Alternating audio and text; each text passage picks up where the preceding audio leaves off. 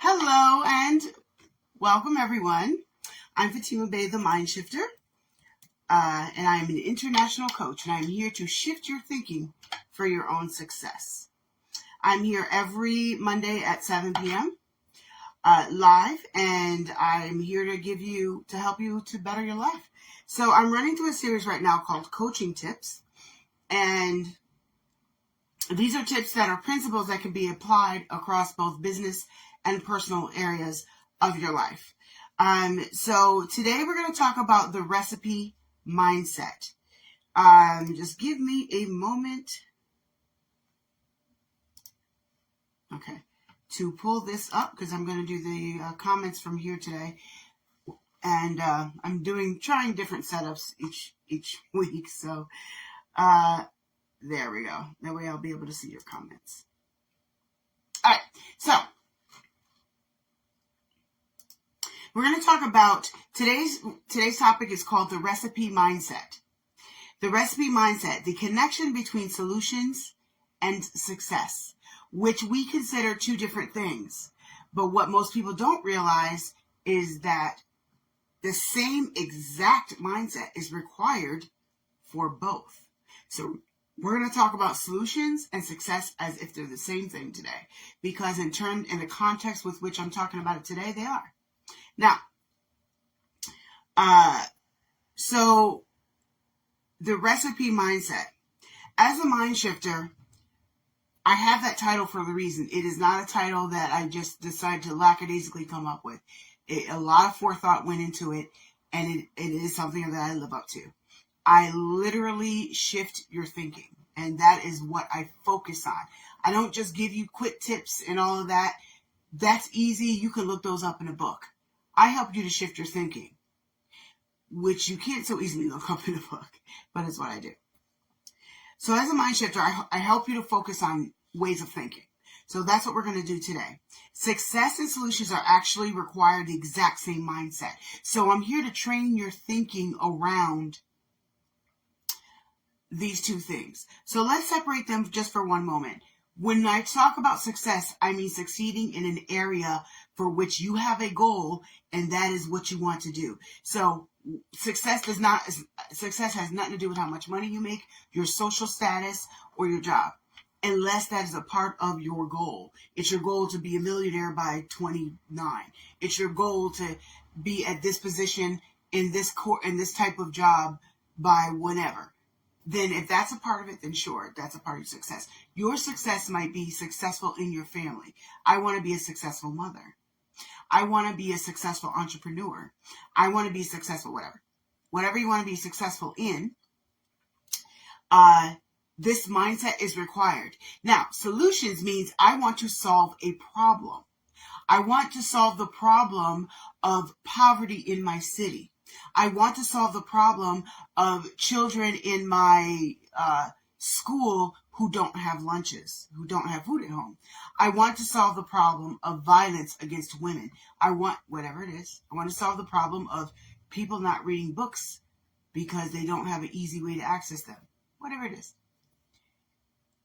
Those are problems that you look to solve. When you are successful in whatever your goal is, here's the thing. That is also a problem you're looking to solve. You're looking to solve the problem of not being successful. You're looking to solve the problem of not having a healthy relationship. So therefore, your goal is to have a relationship, and you need to put certain things together in order to have that healthy relationship. You following me? So success and solutions in this context, when it comes to mindset, are the same thing because they both require the exact same mindset. Now that I've established that, let's talk about cake. All right. So even if you don't bake, you will get this analogy. So cake has ingredients, and I am only talking about your most basic cake. I'm not talking about the fancy cake that your grandma makes and all this other stuff. Super, super basic cake. All right. So the ingredients for that are flour, sugar, eggs, butter, milk, baking powder, and some sort of flavoring agent. So whether that's vanilla, lemon, almond extract, whatever it is that you're going to use for your flavor for the cake. Those are the basic ingredients. Now, here's the thing about a cake. In order to bake a cake, in order to make a cake, you must first gather together the proper ingredients. If you leave any of those ingredients out, you will not make a cake. You'll make something, but it will not be a cake that you intend to make. It will not reach your goal. The ingredients must be added in the right sequence and proportions in order for you to make the batter that you need in order to bake that cake. Right? A recipe is more than ingredients. It is also a process. So even though you can put all the right ingredients together in a cake, you still have to put it in the right kind of pan. You still have to butter the pan or oil the pan with flour, whichever way you're going to do it. You still have to do all of that. And then you have to put it in the oven for a certain amount of time at a certain temperature, usually 350. And then you also can't keep opening the door and looking at the cake because you let the heat out and it ruins the process. Listen to this. The process of mixing and baking, time and temperature, all that, it matters just as much as the ingredients. So it's not just the ingredients that matter in making a cake. The process of baking it matters as well. Now, if you take a cake out of the oven too soon or you start pounding while it's still rising, well, it's going to fall flat. You won't have a cake anymore. You have this indented, sweet, gooey stuff, but it won't really be cake. So, substitutions are possible. I don't know if you don't bake, you might not realize this, so I'm going to explain it. Substitutions are possible, but require understanding the function of what you're replacing. So let me give you some examples in the cake recipe I just gave you. So with the cake recipe, butter can be replaced with oil.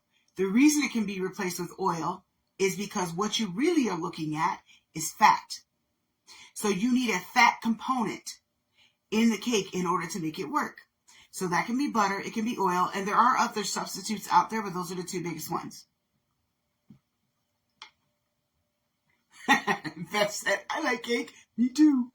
Also another replacement is milk. So I said milk in the cake recipe. Milk can be replaced with water.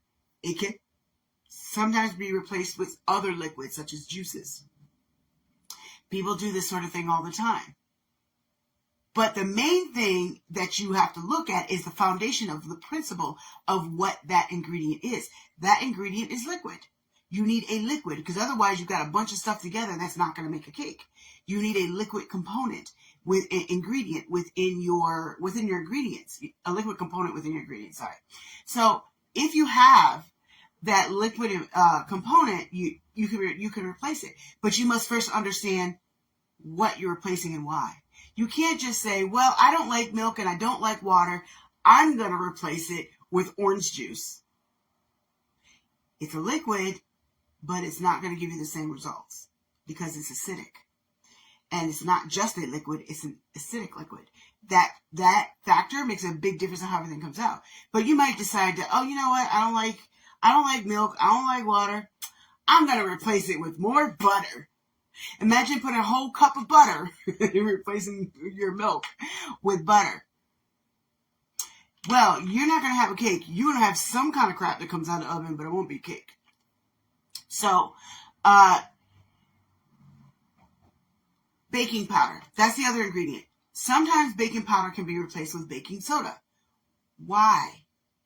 Because it's a leavening agent. If you don't know what leaven is what makes bread rise. So baking soda and baking powder is what makes cake rise. So without that leavening agent, you're not really going to have a cake. You're going to have a cookie or a cracker or something that's flat, but it's not going to rise to the occasion of being a cake. So when you replace things in your recipe that works, you have to understand what you're replacing. Otherwise, you can't just replace it with what you feel like, because then you are not going to get the results you are looking for. In this case, the results we're looking for is cake.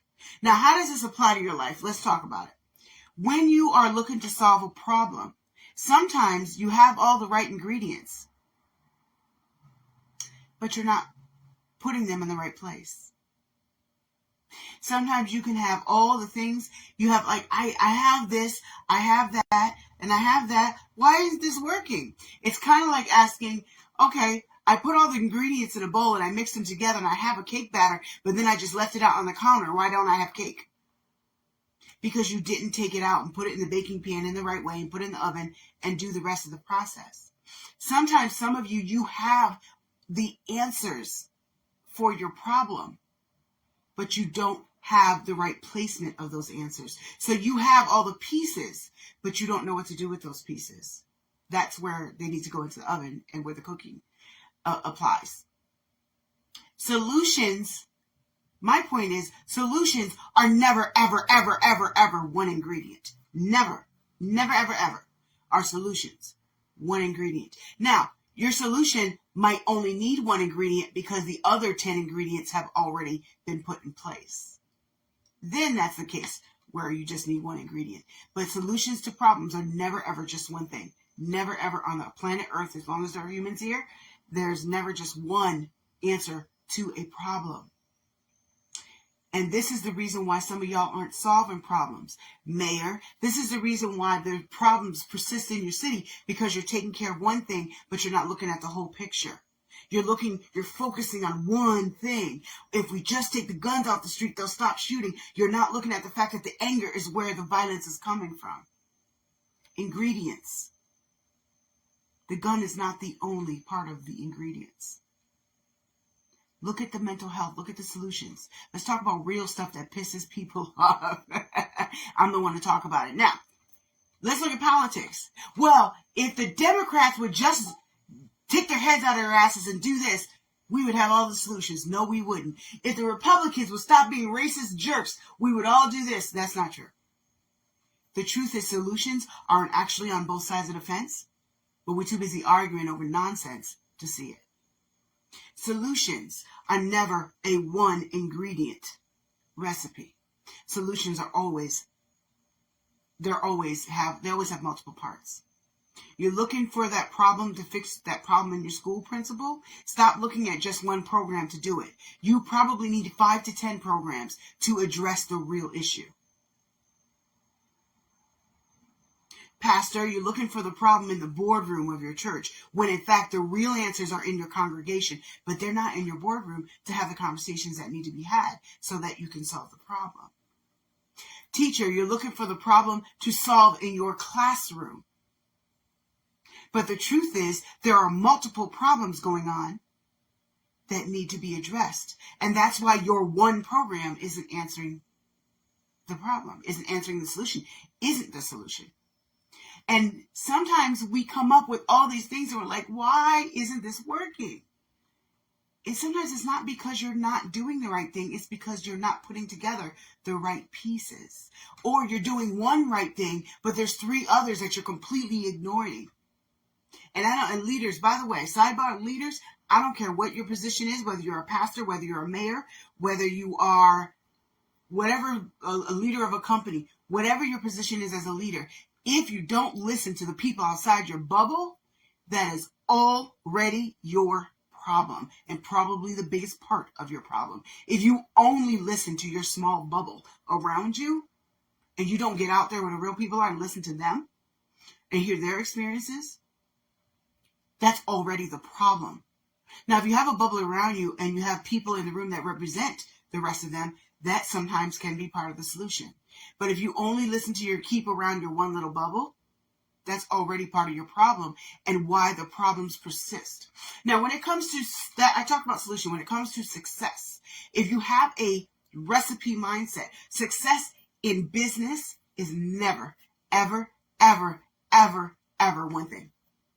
Success in business requires paying attention to timing. When do you put the cake? When do you put the cake in the oven? Does it have to be hot? What temperature does it need to be in? How long does it take to bake? When you put all these pieces in place, when you implement them, make a difference on whether or not you end up with the result that you want. And this is why, as a business owner, please listen, entrepreneurs and business leaders. Just because it didn't work the first time does not mean you can't try it and make it work again.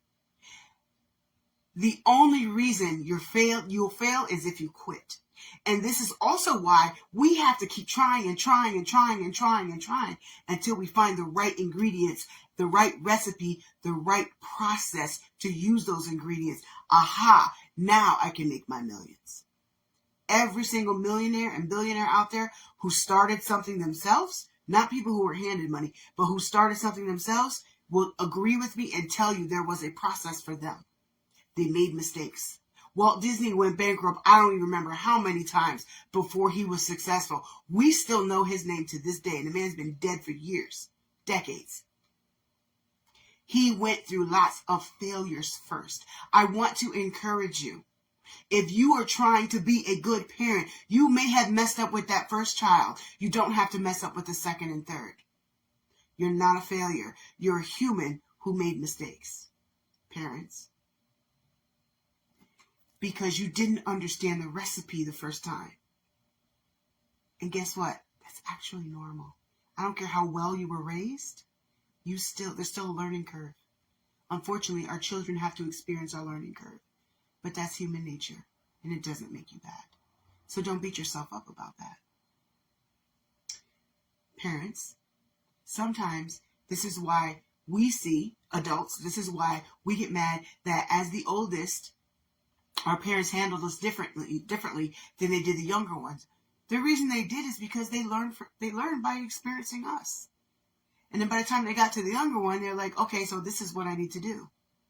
It's not because they're a bad parent. If they were a bad parent, they would have kept doing the same bad thing that messed you up with all the other ones. But if they got better with the more children, that means that they got better. That means that they tried. You too, parents. So when it comes to success, I want to be successful in my career. I want to be successful in my business. What are the ingredients needed for your success? Not mine, not somebody else's, but yours. And don't compare your recipe to somebody else's. Because your recipe may not be the same as somebody else's. If you ever go to a bake-off, let's say, since I'm using cake as an analogy. If you ever go to a bake-off, let's say, you are going to taste different cakes. Let's say you go in there like, oh, I'm taste testing. By the way, if you're having a bake-off, I would love to give you my expertise with that cake. So, and Beth will go with me.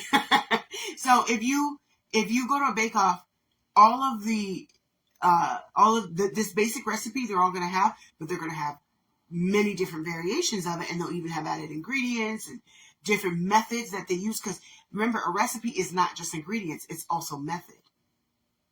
If you go to a bake-off, everybody's cake recipe is not going to be the same. That's part of the beauty of the competition. It's part of the beauty of their cakes and why they taste so different. And sometimes you're like, this one is so good and this one is so good. They taste so different, but they're both equally good. And that happens in any kind of food contest, right? That often happens. If that's the case, it's because they use different processes to arrive at greatness. Don't compare your greatness to someone else's because they use a different recipe than you did. And they might need to use a different recipe than you. Your success is your success. Measure yourself against your last bake-off. Don't measure your cake against mine. Measure it against your last cake.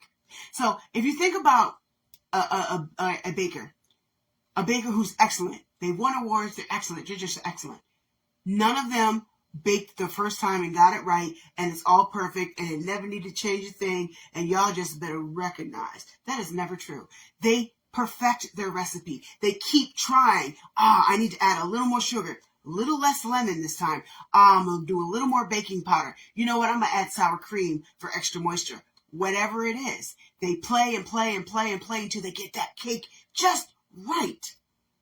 You're going to have to do that with your business. To be successful in politics, in business, don't do the same thing that didn't work last time. Look, examine what worked, what didn't, what recipe pieces, what recipe ingredients am I missing? And then you're like, I got all the recipe ingredients. Okay, now let's take a look at how I baked it. How did I implement what I knew? How did I implement all of this knowledge and all of these pieces that I had? I had the money. I had the know-how. I had the people around me. But did you implement it right? Did you utilize all of that in front of the right people? Did you market properly? Did you whatever? So when it comes to success, I want you to take a look at that. What ingredients do I have? What ingredients am I missing? What ingredients do I have? What ingredients am I missing? And then once you clear those two up, all right, what's my baking process? What is my baking process? So how did I implement those ingredients pieces? And then you have a full recipe. And again, don't compare your recipe against someone else's because they may not be the same. So, key takeaways from this today. Single factor approaches will always fail. If you're only looking at one thing as a solution, and especially I want to bring back politics. If you're looking at politics and you're like, well, if this person just would do that, everything would be better. That's never freaking true. And I don't care what side of the aisle you're on, you're bat crazy if you think just one solution is going to be the answer. Then the problem is really you in your mind. That's never ever true. It's never true. There's always multiple things going on. There's always multiple parts to a problem. Just like there's multiple parts to a problem, there's multiple parts to a solution. There's a process that must be respected. So instead of you going, I want a quick answer, I want that silver bullet, boom, I want to answer right now. You see, that mentality right there is why you will always fail. People who think that way never find solutions, or they find the 5-minute solutions and they get pissed off when it fails because they didn't really actually find a solution. They found a quick fix. Solutions require work. They require investigation. They require trial and multiple parts. Flexibility exists but requires understanding and fundamentals. So that brings us back to replacements in the ingredients. So if you don't want to use butter, you can use eggs. So when I buy a cake mix, if I want to make a cake real quick and I'm not making it from scratch, I always use butter and milk. I never use oil and water because it comes out better and more moist. So I know that, so I just replace it.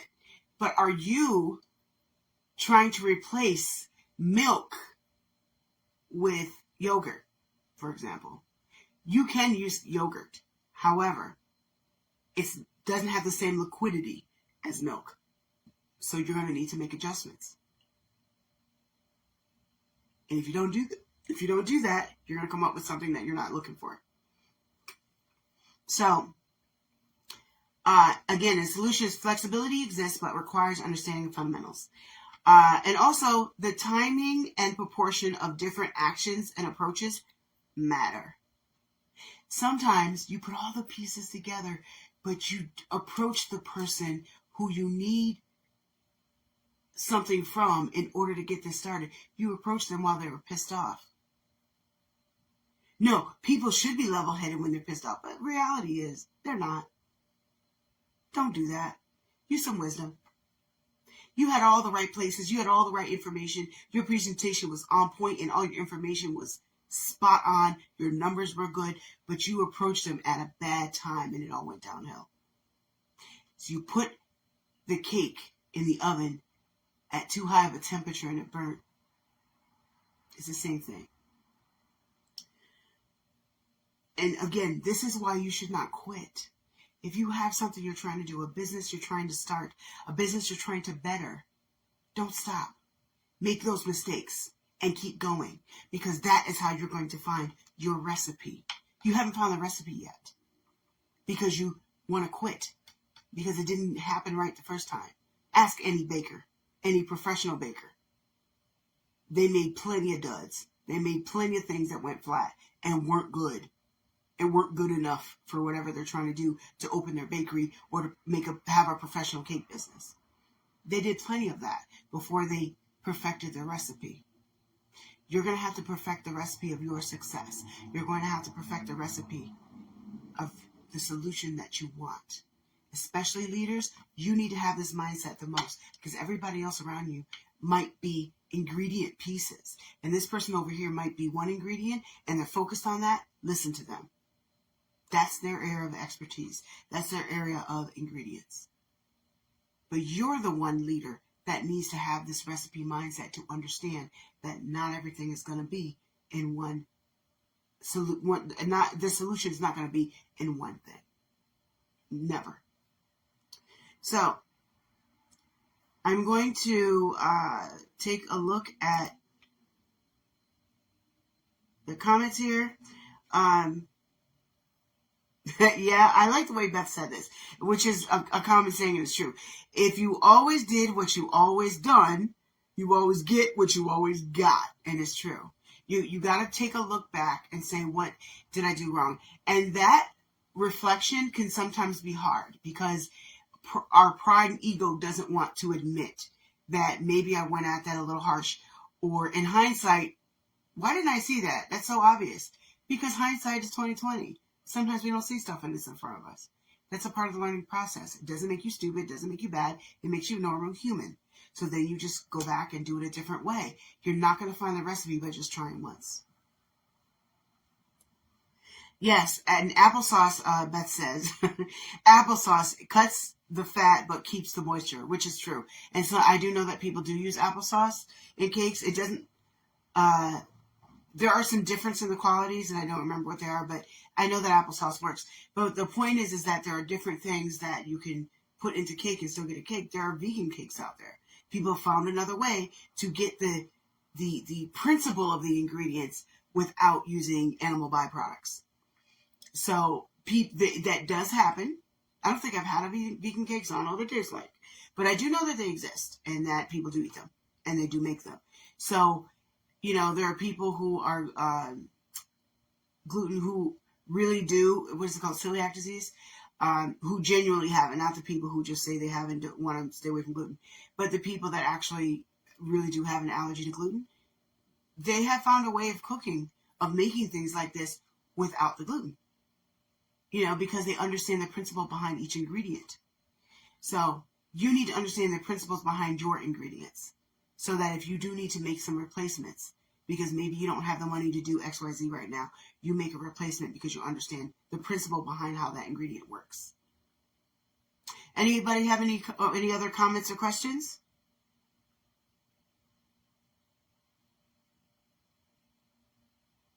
All right.